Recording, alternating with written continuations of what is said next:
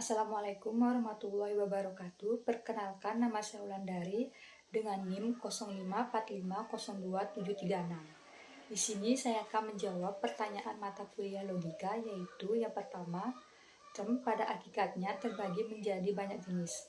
Sebutkan dan jelaskan 3 dari macam term tersebut dan juga contohnya. Term merupakan simbol atau kesatuan beberapa simbol yang dapat untuk menyatakan suatu konsep atau pengertian. Term dibedakan menjadi banyak jenis. Ketiga di antaranya yaitu term berdasarkan konotasi, term berdasarkan denotasi, dan term berdasarkan predikamen atau cara beradanya sesuatu. Berdasarkan konotasi, term atau isi yang dikandung oleh term itu dapat dibedakan antara term konkret dan term abstrak. Term konkret dan term abstrak banyak dijumpai dalam perbincangan sehari-hari maupun dalam bidang ilmu. Contoh dari term konkret adalah wanita cantik. Jika melihat seorang wanita kemudian berkata wanita itu cantik, maka hal ini menunjukkan pada suatu realitas, yaitu wanita dengan sifat wajah yang cantik. Konsep atau pengertian yang terkandung dalam term wanita cantik ini konkret, artinya dengan langsung memperlihatkan realitas sebagai subjek yang mempunyai diri, artinya bukan sesuatu yang berjasad saja, tetapi berjasad pun dapat disebut diri jika memiliki kepribadian dengan sifat tertentu.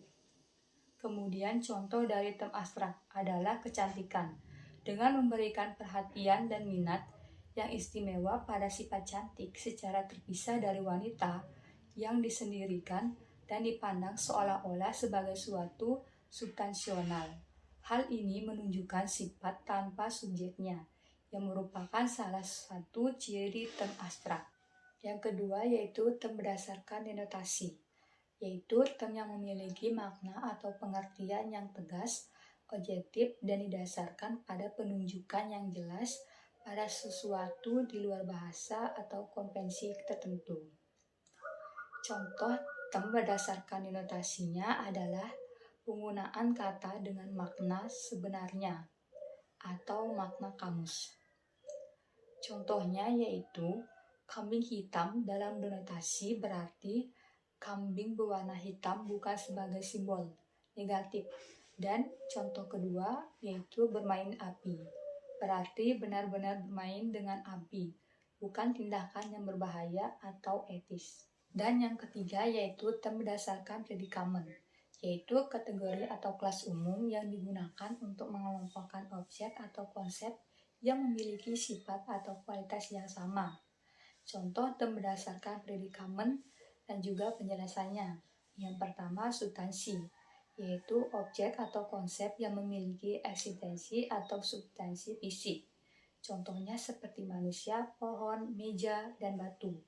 Yang kedua kuantitas, yaitu kategori yang mengacu pada kuantitas atau jumlah dari suatu objek atau konsep.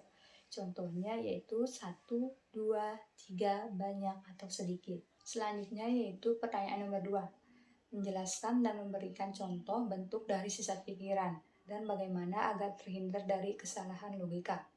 Sesat pikiran yaitu kekeliruan dalam penalaran berupa pembuatan kesimpulan dengan langkah-langkah yang tidak sah, karena melanggar kaidah-kaidah logika maupun berupa pembincangan yang bercorak menyesatkan karena sengaja atau tidak disengaja. Ini memasukkan hal-hal yang membuat kesimpulannya menjadi tidak sah. Contoh dari sesat pikiran yaitu yang pertama ad hominem, yaitu menyerang kepribadian lawan bukan argumennya. Contohnya yaitu kamu tidak bisa dipercaya karena pernah berbohong.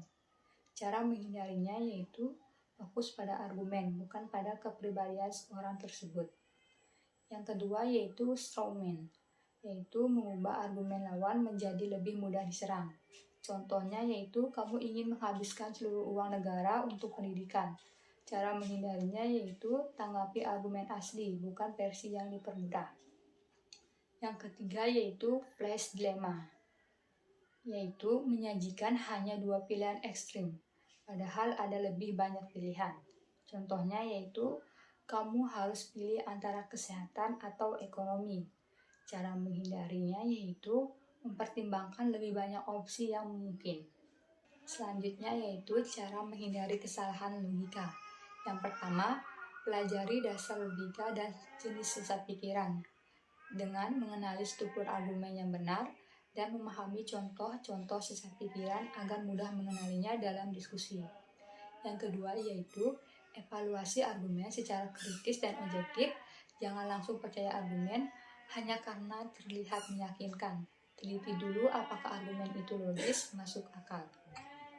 Yang ketiga yaitu fokus pada bukti, bukan emosi atau siapa yang berbicara. Argumen yang kuat harus didukung dengan fakta, bukan sekedar emosi, intimidasi, atau otoritas. Demikian yang dapat saya sampaikan. Mohon maaf jika ada salah kata atau kekurangan dalam penyampaian.